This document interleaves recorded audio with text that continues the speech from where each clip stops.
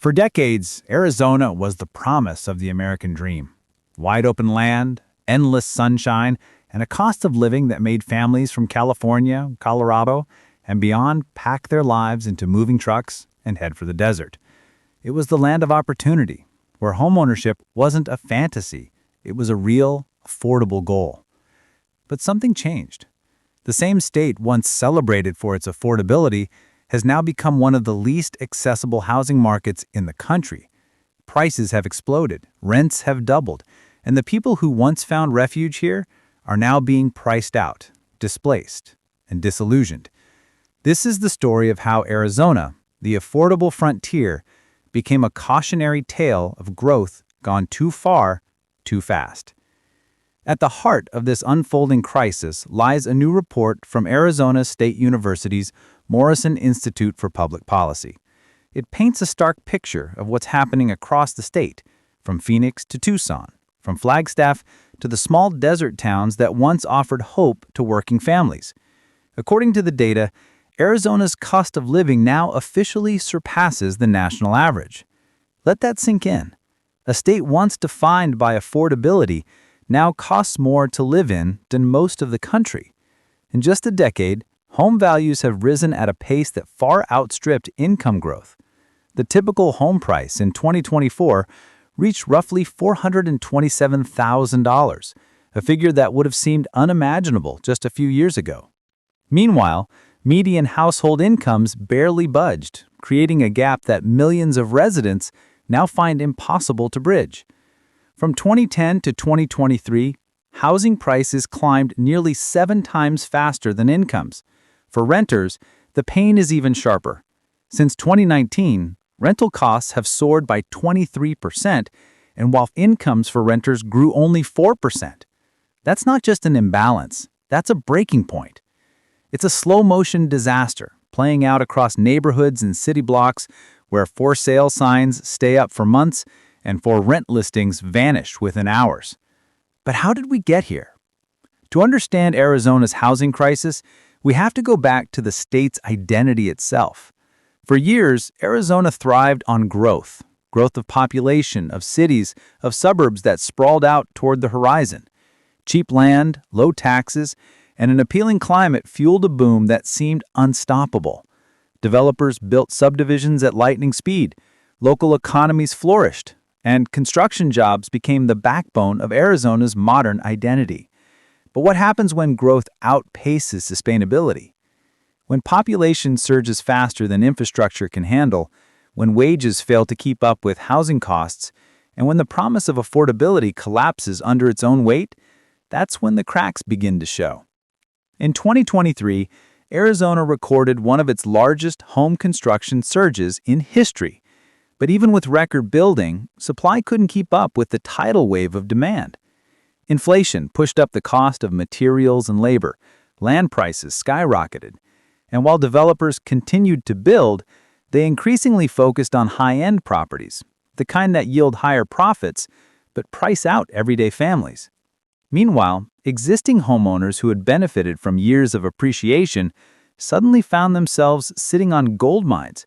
Many chose to cash out, selling to out-of-state buyers flush with cash, especially from California, further inflating prices for locals who could never compete. And what followed was inevitable, an affordability crisis that left tens of thousands unable to buy, unable to rent, and increasingly unable to stay. In the rental market, it's become its own battlefield. The median rent in Arizona now sits around $1,600 per month. For someone earning minimum wage, $14.35 an hour, affordable rent should be no more than $745, which means they'd need to work 76 hours a week just to afford a modest one-bedroom apartment. Even workers earning Arizona's median income struggle to keep up. Only 39% of employees can afford a one-bedroom apartment, and just 25% can afford a two-bedroom. That's not just an imbalance, that's a breaking point. The result is record-breaking eviction numbers, over 106,000 in 2024. Families are being forced out faster than cities can respond.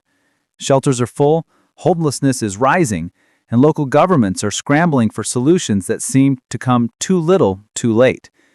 But housing isn't the only problem Arizona faces.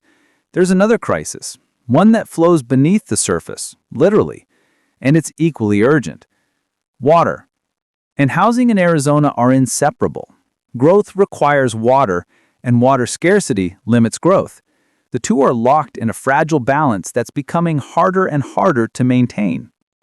Sarah Porter, director of ASU's Kyle Center for Water Policy, summed it up perfectly. We're not just talking about how we live, we're talking about whether we can live here at all.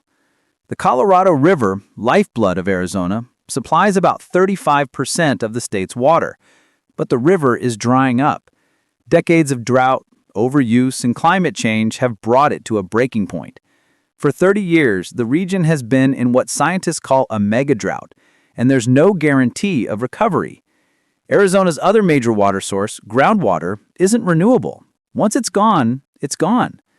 A moratorium now restricts new developments that can't prove access to a 100-year water supply, a bold but necessary move that's forcing developers and policymakers to confront an uncomfortable reality.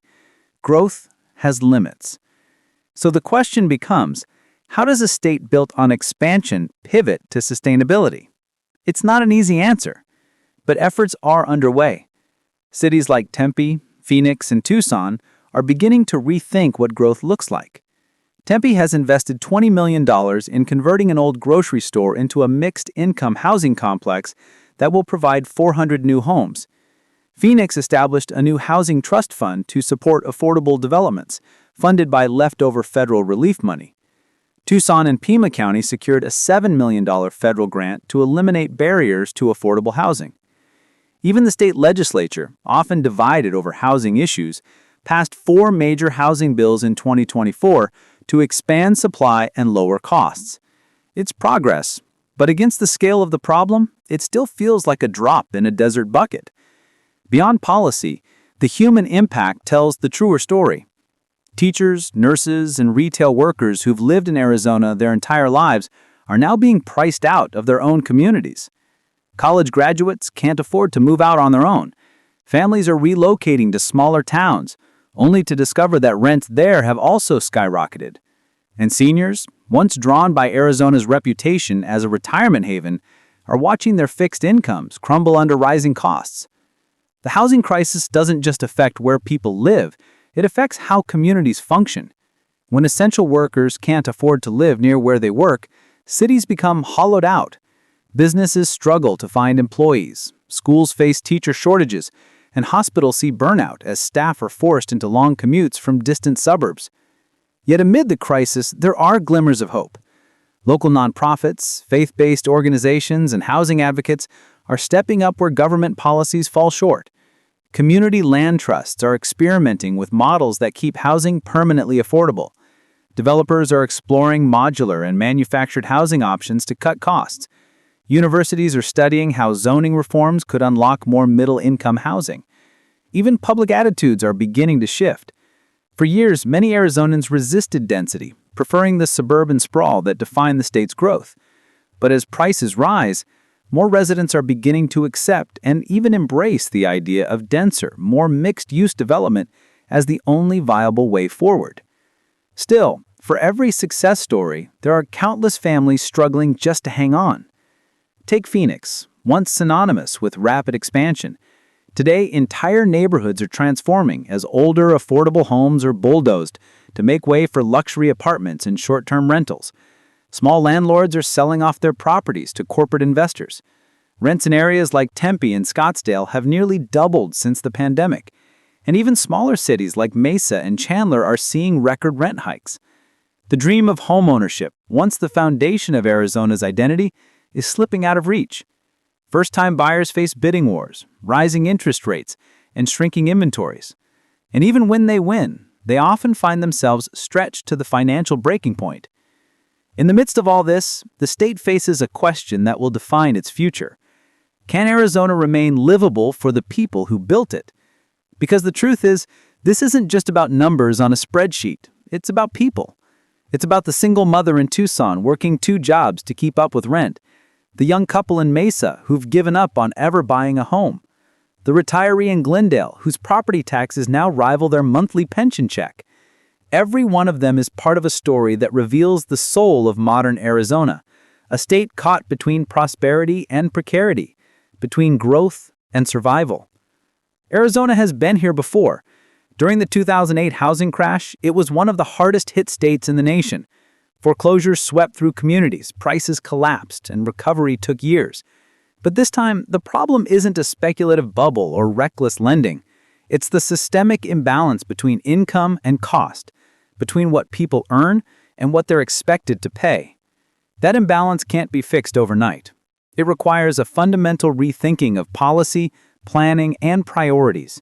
Experts say that's the only way forward, a long-term coordinated approach that tackles everything from zoning reform and infrastructure investment to water conservation and affordable housing production.